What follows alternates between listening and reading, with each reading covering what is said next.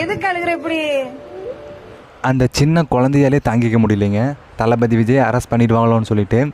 அப்போ தளபதி விஜய் அரெஸ்ட் பண்ணால் என்ன ஆகும் நினச்சி பாருங்களேன். அதாவது அந்த சின்ன குழந்தையாலே தாங்கிக்க முடியலனா அப்போ இது இத்தனை வருஷமாக அவங்களுக்கு கீழே இருக்கிற விஜய் ஃபேன்ஸ் ஆகட்டும், அவங்களுக்கு கீழே தொண்டராகட்டும் சும்மா விடுவாங்களா அரசாங்கத்தை? நீங்களே சொல்லுங்கள். அது இல்லாத பார்த்தீங்கன்னா அதாவது தளபதி விஜயை அரெஸ்ட் பண்ணணும்னு சொல்லிட்டு போஸ்டரெல்லாம் அடித்து ஓட்டுறாங்க. அதை பார்த்திங்கன்னா இவங்களே டேரெக்டாக ஓட்டல, சில கூலி தொழிலாளர்களை வச்சு பார்த்திங்கன்னா ஓட்டிகிட்டு இருக்கிறாங்க. அதாவது 49 பேர் இறந்தாங்க இல்லையா, அதனால் தளபதி விஜய் தான் காரணம்னு சொல்லிட்டு அவங்கள அரெஸ்ட் பண்ணணும்னு சொல்லிட்டு எல்லாத்தாவும் நோட்டீஸ் இவ்வளோ வேகமாக ஓட்டுவாங்கன்னு சொல்லிட்டு யாருமே கற்பனை பண்ணிக்க மாட்டாங்க. ஏன்னா அவ்வளோ வேகமாக பார்த்தீங்கன்னா எல்லா இடத்துலையும் ஓட்டிகிட்டு இருக்கிறாங்க. ஆனால் ஒரு சிலர் எல்லாரும் சேர்ந்து பார்த்திங்கன்னா அந்த போஸ்டரை கிழிச்சிட்டு இருக்கிறாங்க. ஒவ்வொரு சோசியல் மீடியாவிலும் பார்த்திங்கன்னா எல்லா போஸ்டரும் பார்த்திங்கன்னா கிழிச்சிட்டு வந்துட்டு இருக்காங்க.